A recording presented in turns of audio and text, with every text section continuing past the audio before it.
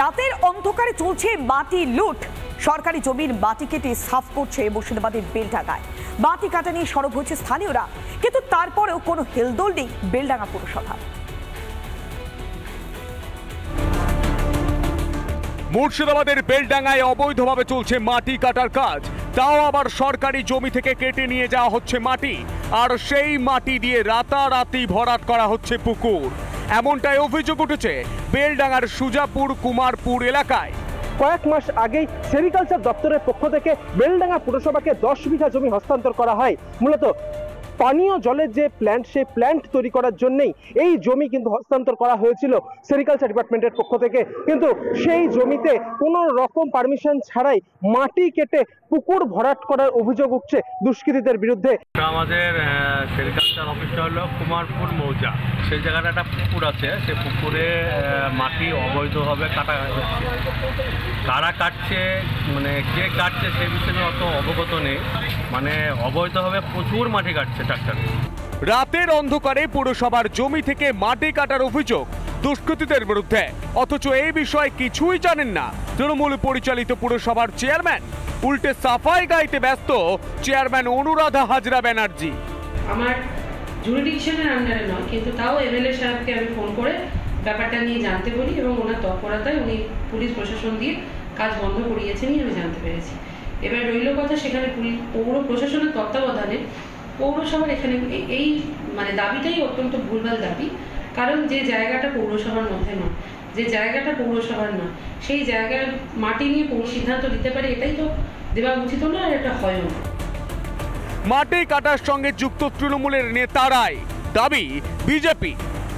একটা সরকারি জায়গার মাটি আমরা কি বিক্রি করতে পারি? দেখুন, আমি তো বললাম আপনার উচ্চতর নেতৃত্ব এখানকার যুক্ত আছে বলে আমার কাছেও খবর আছে, কিন্তু এটা প্রশাসন তারা তদন্ত করে দেখুন কোন উঁচু মাথা কারা যুক্ত আছে না আছে, এটা তদন্ত করুন।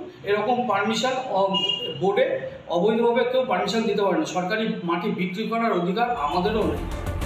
কেন দায় এড়িয়ে যেতে চাইছে বেলডাঙ্গা পুরসভা? তবে কি পুরসভার মদতেই মাটি কেটে সাফ হয়ে যাচ্ছে সরকারি জমি? গোটা ঘটনায় পুলিশ প্রশাসনের দৃষ্টান্তমূলক যে পুলিশ প্রশাসনের যে ভূমিকা, সেটা নিয়ে কিন্তু প্রশ্ন তুলতে শুরু করেছেন বেলডাঙ্গার বাসিন্দারা। মুর্শিদাবাদের বেলডাঙ্গা থেকে ইন্দ্রাশিস বাগচি, রিপাবলিক বাংলা। দুর্নীতি। এবার বিজেপি পরিচালিত পঞ্চায়েতের বিরুদ্ধে দুর্নীতির অভিযোগে সরব রাজ্যের শাসক দল।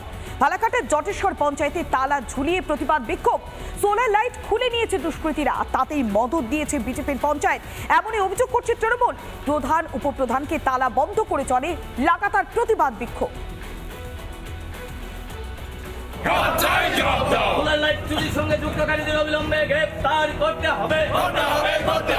বিরোধী পঞ্চায়েতের শাসকের তালা, দুর্নীতির অভিযোগে সরব তৃণমূল। বিজেপির পঞ্চায়েতে তালা, স্লোগান।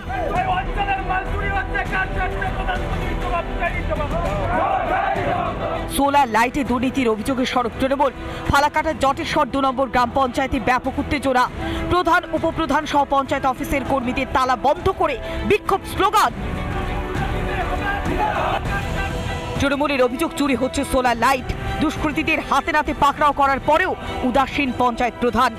আমরা সাম্প্রতিক দেখতে পেলাম খিরারকোট অঞ্চল থেকে দুটো সোলার লাইট দিনের বেলায় দুষ্কৃতিকারীরা উঠিয়ে নিয়ে আসছে। আনার পরে আমরা প্রধানের কাছে সেটা জানতে চাইলাম। প্রধান অস্বীকার করলো যে প্রধান জানে না, আবার বলে যে হ্যাঁ উঠিয়ে নিয়ে আসছে, সেখানে গিয়ে বসবে। আমরা অনুমান করছি সেটার সঙ্গে আমাদের প্রধানও যুক্ত আছে।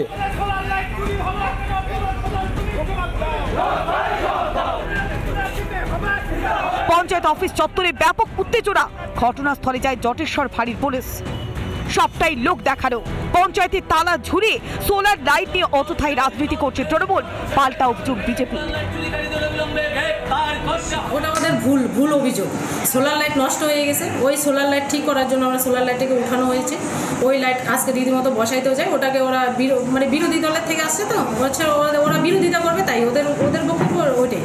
কারণ হচ্ছে কি আমরা সোলার লাইট সঠিক মানে ঠিক নষ্ট সোলার লাইট উঠায় ঠিক সোলার লাইট আজকে বসাইতে যাই, ওটাকে একটা ইস্যু করে ওরা আসছে ওদের মতো করে কাজ করার জন্য।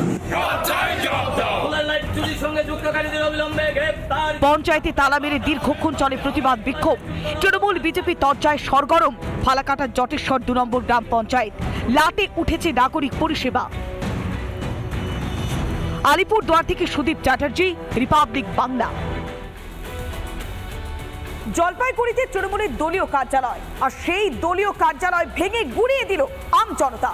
তৃণমূল কার্যালয়ে দিনের পর দিন মদের আসর বসত, এমনটাই অভিযোগ করছেন বাসিন্দারা। এমনকি দিনের পর দিন এই মদের আসর থেকে বেঠকে প্রাণ গিয়েছে তরুণ প্রজন্মের। তারই প্রতিবাদে তৃণমূলের দলীয় কার্যালয় ভেঙে গুড়িয়ে এক কথায় প্রতিবাদ জানালো স্থানীয়রা।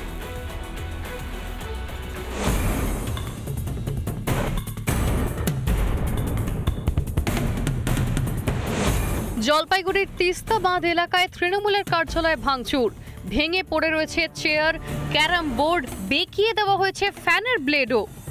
শনিবার রাতে মদ আনতে গিয়ে বাইক দুর্ঘটনায় প্রাণ গিয়েছে এক তরতাজা যুবকের। তারপর থেকে ক্ষোভে ফুঁসছিল পরিবার। ওখানে আড্ডা মারতো, মদ মুদ খাতো, ওইরকম খাওয়া দাওয়া করতো, চলতো। সেদিন হয়তো নেশা করতে গিয়ে মাল আনতে পাঠাইছিল, আরও বাইক নিয়ে যেয়ে ওই সামনেই অ্যাক্সিডেন্টটা ঘটনাটা ঘটে। উপস্থিত আমরা তো সবাই দৌড়াদৌড়ি করি, ওকে হাসপাতালে নিয়ে যাই। ডাক্তার তো এফআইআর করে দিল শিলিগুড়ির থেকে এফআইআর করে দিল বাইরে। কিন্তু যার জন্য হয়েছিল সে একবারও গিয়েও দেখা করেনি। তৃণমূল নেতা মিঠুন সেনের জন্যই মদ আনতে গিয়েছিল বলে অভিযোগ পরিবারের। অভিযোগ, জলপাইগুড়ির 3 নম্বর ওয়ার্ডের তিস্তা বাঁধের কাছে তৃণমূলের কার্যালয়ে চলত মদের আসর। মহাদেবের মৃত্যুর জন্য এই মদের আসরকেই দায়ী করেছে পরিবার। প্রতিবাদে সোমবার গভীর রাতে তৃণমূল কার্যালয়ে ব্যাপক ভাঙচুর চালান এলাকার বাসিন্দারা। মাঝে মাঝে এখন আসতো, বসতো, হয়তো কোনো সময় একটু খাইতো, খাই চলে যেত।